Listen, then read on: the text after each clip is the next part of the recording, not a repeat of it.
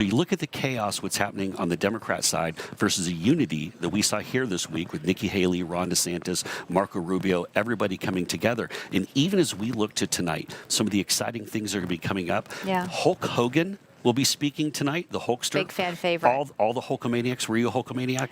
I actually was, like, they had a female wrestling thing at the same time, so it was like just a trend for everybody. But yes, of course, Hulk Hogan was a household name.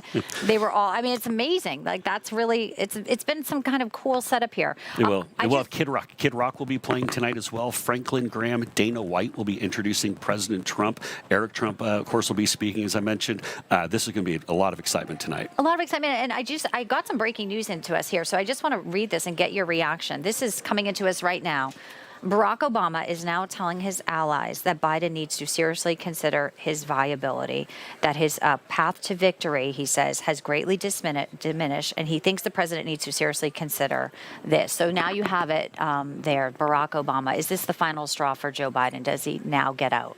Well, this makes it official that they're not even stabbing Joe Biden in the back. They're stabbing him right in the chest. This is a political coup. And with this chaos going on, with Joe Biden being sidelined by COVID, the question is, who's running the country?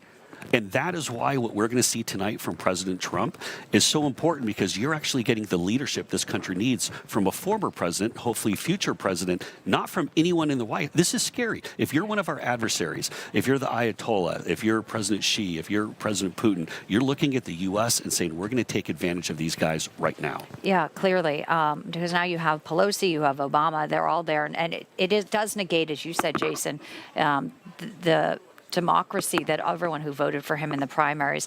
You know, widening out here, though, this is a historic convention. No one could have foretold what would be happening in Butler. And obviously, the victim, Corey Compatore, there were some very heartfelt speeches last night. Donald Trump Jr., talked about, that heroes. But at the end of the day, there is also this sense of, you're right, it does feel like this nation is at an inflection point that has never been more dangerous, but also there's still a hope that we can turn it around. And I think people are grasping to that. Do you think at the end, if you're talking to independent voters are watching that, people who haven't decided, is there a sense that they would move to vote for Donald Trump, even if they were lifelong Democrats?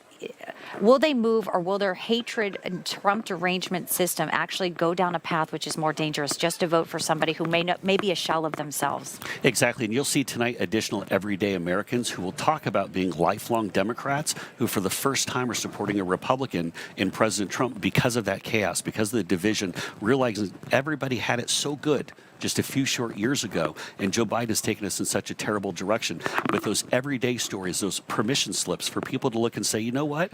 If they can support President Trump, so can I. I think that's an important message. And just real quickly, too, how is he feeling? We see the bandage, but we really haven't gotten a kind of a status update from a doctor. And I know you're not a doctor, but how is the injury and how is he? I think everyone's just so concerned and obviously wanting to know just his sense of, it's got to be incredibly uncomfortable. It's got to be, there's, some care for that.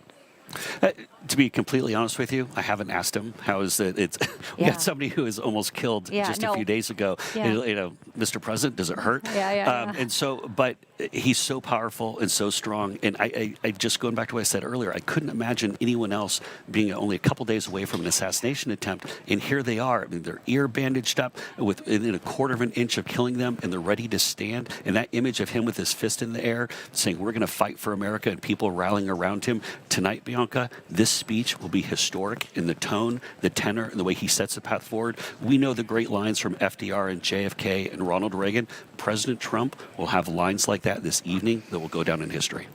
And it will be in the books for many, many years to come. We are just hours away from it. Such a pleasure to have you, Jason Miller, joining us to give us an insight on what we will be seeing beforehand. That's been a real treat, and obviously give Donald Trump our best, and we are praying for him, and we are so pleased that we are in this situation tonight where we can celebrate as a nation. Thank you so much. Thank you, Jason.